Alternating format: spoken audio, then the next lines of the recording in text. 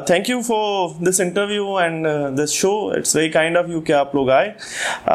Journey बड़ी मुख्तसर है लेकिन इसको शेप करने वाले लोग बड़े अजीम हैं। मेरी पढ़ाई के दौरान SM लॉ कॉलेज के दौरान जिन्होंने मुझे शेप किया into becoming a good lawyer, I guess so, Shamim Hashmi साहिबा एंड बेस्ट शाहिदा जमील साहिबा, और मैंने पढ़ाई के दौरान ही ज्वाइन किया हुआ था जावेद छतारी साहब को, जिन्होंने मुझे रीज़नेबल होके सोचना सिखाया, एक एक्सपोजर दिया और वकालत को जल्द ही जो स्टेप्स किसी को लगते हैं 5-6 साल लगते हैं कवर करने में, वो 3 साल का मुख्तसर अरसे में उन्होंने मुझे बहुत कुछ सिखाया।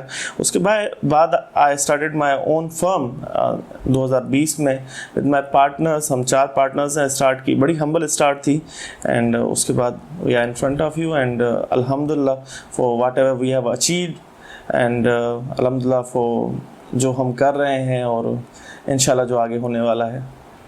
सर, आप कराची की वकालत को किस तरह देखते हैं? कराची एक बड़ा ह्यूज सिटी है, तो यहाँ पर क्या प्रैक्टिस करना मुश्किल होती है अदर सिटीज़ के मुकाबले में? आई गेस नहीं, कराची की प्रैक्टिस आपको शेप करती है। आपको लगता है कि बहुत ज़्यादा वकील हैं इसलिए शायद मुश्किल है, लेकिन नहीं, कराची की वकालत आसान है अगर आप अपनी वकालत पे ध्यान देते हैं, अच्छी वकालत करते हैं, अच्छा काम करना है तो फिर दिए से दिया जलता जाता है। 1 क्लाइंट 2 क्लाइंट अगर आप अच्छा रिलीफ दिला देते हैं तो आपके पास एक फ्लो ऑफ क्लाइंट्स आना शुरू हो जाता है। तो आई गेस अगर आप किसी भी और शहर से कंपेयर कर लें, मैं कंपेयर नहीं करना चाहूँगा इसको लाहौर और इस्लामाबाद से, लेकिन फिर किसी भी इंटीरियर का शहर से इसको कंपेयर कर लें तो यहाँ केस का फ़्लो ज़्यादा होने की वजह से आप सीखते बहुत ज़्यादा हैं, बहुत ज़्यादा चीज़ें सीखते हैं, मुख्तलिफ़ किस्म की चीज़ें सीखते हैं और केसेस का जो फ़्लो है वो आपको शेप करता है। अर्निंग वाइज अच्छा शहर है, वकालत मुख्तलिफ ज़रूर है लेकिन ज़्यादा प्रोफेशनल है और ज़्यादा अच्छी है। और इसकी एक मिसाल ये भी है कि मुख्तलिफ शहरों से लोग वकालत करने कराची आ रहे होते हैं। कराची के वकील दूसरी जगहों पे कम ही जाते हैं रेशो वाइज वकालत करने। सर, कहा जाता है कि जनरेशन लॉयर को एक तरह से बेनिफिट होता है वकालत में नाम कमाने का और क्लाइंटेज के हवाले से भी, तो आप इस चीज़ को किस नज़र से देखते हैं? मैं इस चीज़ को इस तरह से देखता हूँ कि किसी की नसीब से आपकी कोई इज़्ज़त नहीं है। अगर मेरे वाले साहब ब्यूरोक्रेट थे, अगर किसी के वाले साहब पुलिस वाले हैं, अगर किसी के वाले साहब ठेकेदार हैं, किसी के वाले साहब अगर बिलियनियर हैं, तो उससे आपका मुकाबला कोई नहीं है। अगर हमारे जो कलीग्स हैं जिनके वाले साहब वकील थे, जिनके दादा वकील थे, जिनके नाना वकील थे, जिनके बड़े भाई वकील थे, तो ज़ाहिरी बात है उनके कुछ कनेक्शंस हैं, सलाम दुआ है, मरासिम हैं वो जजेस से भी, क्योंकि उन्हीं के कलीग्स में से कुछ जजेस आजकल बैठे हुए होते हैं। तो हाँ, थोड़ा बहुत एज मिल जाता है इनिशियल डेज में, आपको थोड़ा सा कंफर्ट जोन रहता है, लेकिन अल्टीमेटली आपकी जो स्किल्स हैं, आपके जो आर्ग्यूमेंट्स हैं and how you present the case और आप केस की आपकी कितनी तैयारी है वो बहुत ज़्यादा मैटर करता है। तो ओवर द टाइम ये सारे गैप फिल हो जाते हैं। तो I don't see it as a crime कि अगर कोई 2nd जनरेशन या 3rd जनरेशन क्राइम वकील है, ये उनका नसीब है। और हमने अगर कम्पीट करना है इस मार्केट में तो कम्पीट किया जा सकता है हार्ड वर्क के ज़रिए, अच्छी वकालत के ज़रिए, मुनासिब वकालत के ज़रिए, सच्ची वकालत के ज़रिए। लेकिन अगर कुछ लोग इनकम करने के लिए कुछ ऐसे कामों में पड़ जाएं जहां वो कब्ज़ा माफिया बन जाएं, जहां वो लोगों के हकूक़ को डिस्ट्रॉय करें, जहां वो लोगों को डिस्टर्ब करें, जहां वो लोगों पे झूठे FIR कराएं, खुद पार्टी बन जाएं, तो eventually it will come to haunt them. लेकिन अच्छी वकालत, मुनासिब वकालत, मेरे काफ़ी सारे दोस्त, नोटेबली कुछ नाम मैं ले सकता हूँ, लेकिन वो अच्छी वकालत कर रहे हैं और अल्हम्दुलिल्लाह अच्छा अर्न कर रहे हैं और वो किसी भी 2nd generation 3rd generation lawyer के बराबर ही खड़े हुए हैं आज। तो ओवर द टाइम ये गैप फिल हो जाता है। सर, इनिशियल स्टेज में क्लाइंटेज किस तरह से बनाई जाए, यंग लॉयर्स को क्या टिप्स देना चाहेंगे? सी क्लाइंटेज का ताल्लुक आपके कन्विंसिंग और कम्युनिकेशन स्किल्स के साथ होता है। आपकी सबसे बड़ी दरसगाह तो आपका उस्ताद ही होता है, आपका सीनियर ही होता है। तो उसका मतलब ये नहीं है कि आप उनके क्लाइंट्स ले लें, लेकिन ज़ाहिरी बात है जब आप अपने उस्ताद के पास होते हैं, अपने सीनियर के पास होते हैं, वकालत कर रहे होते हैं, तो कुछ छोटे मैटर्स वो आपको रेफ़र कर रहे होते हैं, या उनके जो क्लाइंट्स हैं वो आपका अच्छा काम देख के छोटे बड़े काम आपको दे रहे होते हैं। वहाँ से आपके शुरू के कुछ क्लाइंट्स आना शुरू हो जाते हैं। बाकी आपका जो हल्का अहबाब है उससे आपके क्लाइंट्स आ रहे होते हैं। तो काफ़ी सारे ऐसे ज़राए हैं जिससे क्लाइंट्स आ रहे होते हैं। आजकल सोशल मीडिया एक बहुत अच्छा टूल है, और मैं देख रहा हूँ काफ़ी सारे मेरे ही स्टूडेंट्स, हमारे दोस्त जिनकी नई नई वकालत है, लेकिन सोशल मीडिया प्रेजेंस उनकी बहुत अच्छी है एंड वो अच्छे क्लाइंट्स ले रहे हैं। तो इनोवेटिव हो के आपकी कन्विंसिंग स्किल्स अच्छी होनी चाहिए और आपकी कम्युनिकेशन स्किल्स अच्छी होनी चाहिए, तो आपके पास क्लाइंट्स एवेंचुअली आते हैं। लेकिन वो क्लाइंट रिटेन करना एक बहुत बड़ा सवाल है कि अगर आपके पास कोई क्लाइंट आ जाता है तो क्या आप उसको रिटेन कर सकते हैं फॉर अ लाइफ टाइम, कि ज़िंदगी भर आप ही का क्लाइंट रहे और अपने हर मसले में आपको याद करे। ये एक मुश्किल सवाल है, और ये कैसे हो सकता है? ये इस तरह हो सकता है कि आप उनके लिए अच्छा काम करें, अच्छी वकालत करें और उनको रिजल्ट्स लेके दें, तो इंशाल्लाह वो क्लाइंट्स आपके साथ रहते हैं।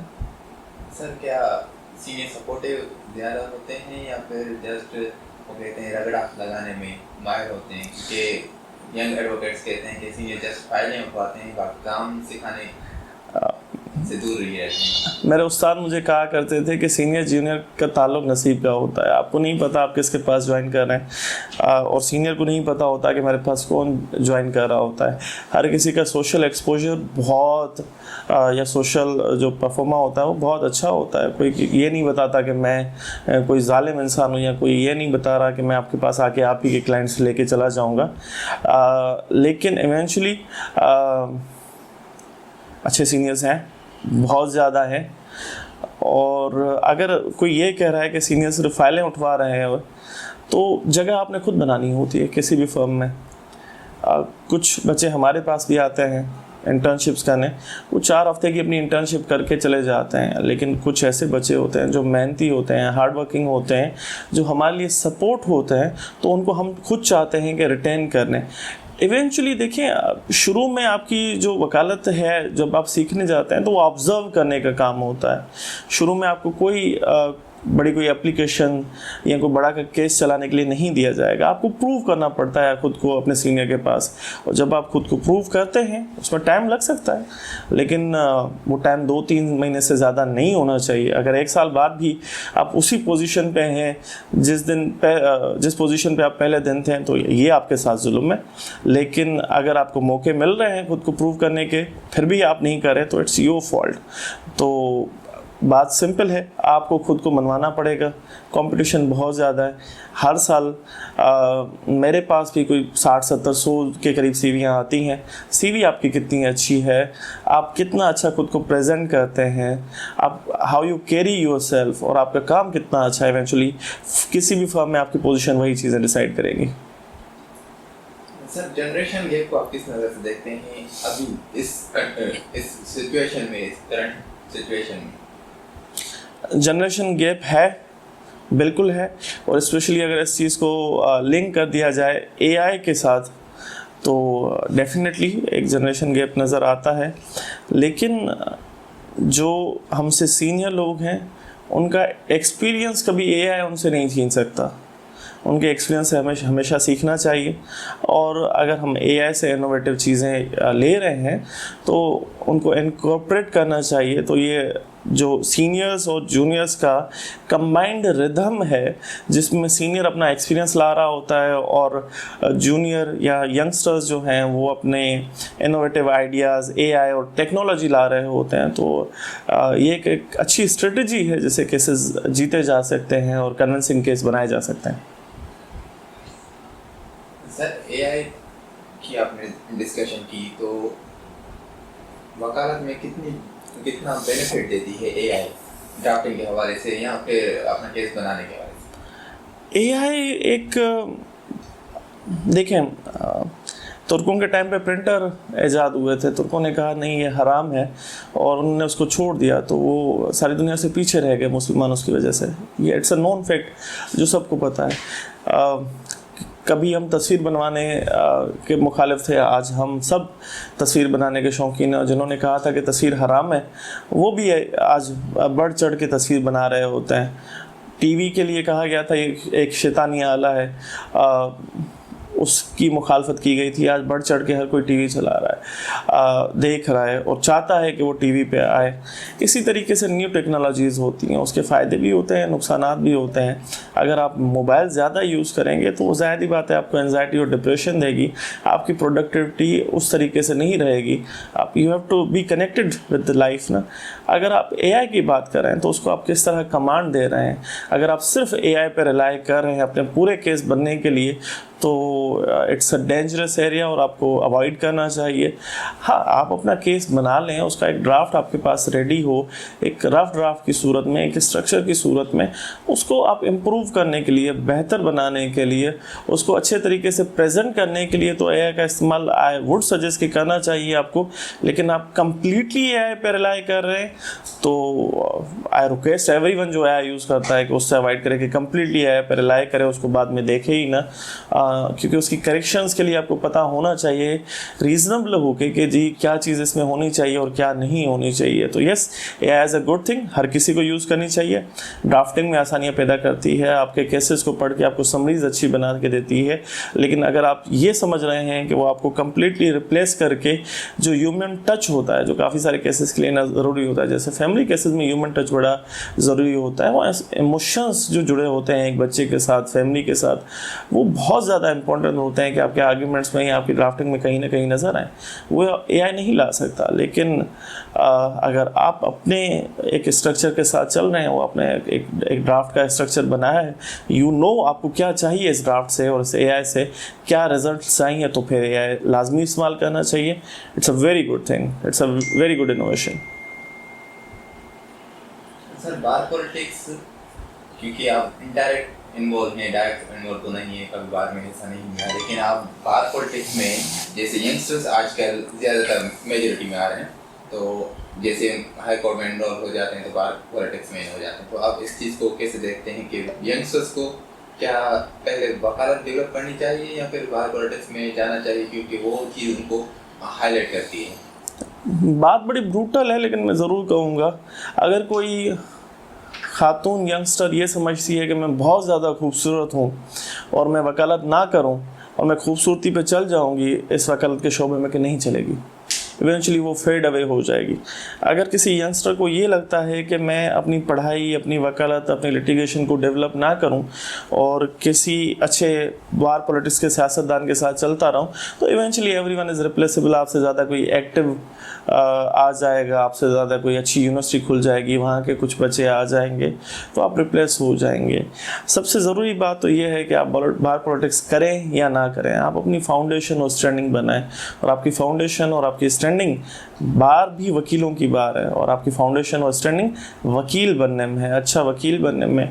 बार पॉलिटिक्स हर किसी का जज्बा है, करनी चाहिए, इसमें कोई हर्ज नहीं। अगर आपके दोस्त आपके साथ हैं, आपके पास कुछ नया करने का जज्बा है, आपके पास कुछ नए आइडियाज़ हैं, एंड नए आइडियाज़ से आई मस्ट मेंशन गुलाम असगर पठान, वो आए, उन्होंने अच्छे आइडियाज़ लाए, उन्होंने अच्छा काम किया और उनका काम सबको नज़र आता है। लेकिन यूजुअल बार पॉलिटिक्स करनी हो, नारे लगाना है, तो आई गेस आपको बेहतर है कि आप बैठ के अपना काम करें और अपनी वकालत को डेवलप करें। लेकिन बार पॉलिटिक्स में कोई हर्ज नहीं है, कोई हराम चीज़ नहीं है, अच्छी चीज़ है। लेकिन आपको ये देखना है कि are you ready for it.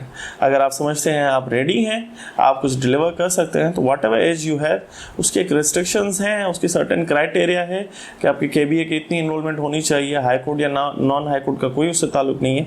अगर आपकी KBA की इतनी ईयर्स ऑफ स्टैंडिंग है तो आप KBA में सर्टेन पोस्ट के लिए लड़ सकते हैं। अगर आपकी 7, 8 साल, 10 साल है तो आप सर्टेन पोस्ट के लिए लड़ सकते हैं। 15-20 साल का आजकल मामला चल रहा है तो आप सिनेमा काउंसिल के लिए लड़ सकते हैं। And high court bar association के अगर आप मेंबर हैं तो उनकी एक सर्टेन ईयर्स ऑफ रिक्वायरमेंट है, उसके बाद वहाँ आप लड़ सकते हैं। लेकिन यू मस्ट सी कि are you ready for it. Lawyers के लिए मैसेज देखें, लॉयर पढ़े लिखे लोग होते हैं, डबल ग्रेजुएट उनको कहा जाता है, बहुत समझदार किस्म के लोग होते हैं, उनको किसी मैसेज की ऐसे ज़रूरत है नहीं। और मोस्ट ऑफ द लॉयर्स मुझसे बहुत ज़्यादा सीनियर्स हैं, मेरे भाई हैं, मेरे कलीग्स हैं या मेरे साथ पढ़ने वाले हैं, तो उनको मैं क्या ही मैसेज दूंगा। एक गुजारिश ज़रूर है कि जो इमेज ऑफ लॉयर्स आजकल हो गई है कि हमने हर किसी पे तशद्दुद करना है या एफआईआर कटवानी है, या इवेंचुअली जो सारे मामला आते हैं, कब्ज़ों में वकीलों के नाम आ रहे हैं, लड़ने झगड़ने में वकीलों के नाम आ रहे हैं, हम ऐसे नहीं हुआ करते थे, हमारे सीनियर्स ऐसे नहीं हुआ करते थे। तो हाँ, आपका कोई जेन्युइन मसला है तो ज़रूर आप एफआईआर कटवाएं, आपका बिल्कुल राइट है। अगर आपका कहीं राइट वायलेट हो रहा है तो बिल्कुल आप प्रोटेस्ट करें, आपका राइट है। लेकिन हमें बड़ा ना पिकी होना पड़ेगा कि कहाँ हमने एंटायर बार का ज़ोर दिखाना है और कहाँ नहीं दिखाना। अगर हर छोटे मामले पे सारी बार आके खड़ी हो जाएगी तो वो जो डेटरेंस थी वो ख़त्म हो जाएगी। बाकी वो इज़्ज़त व वक़ार जहाँ वकील एक भरोसेमंद मीडिएटरी समझा जाता था और लोग अपने मामलात इंटरेस्ट करते थे वकीलों पे, वो कहीं ना कहीं खोता जा रहा है। अब we have lost it somewhere. अब वकीलों को ना रेंट पे घर देता है कोई, ना उनके साथ मामलात में ट्रांजैक्शन करता है, इवन सेल परचेज से भी लोग घबरा रहे होते हैं। तो हमें ये इमेज चेंज करने की ज़रूरत है। बाकी every lawyer is much learned than me, and वो सब बेहतर समझते हैं कि वो क्या कर रहे हैं।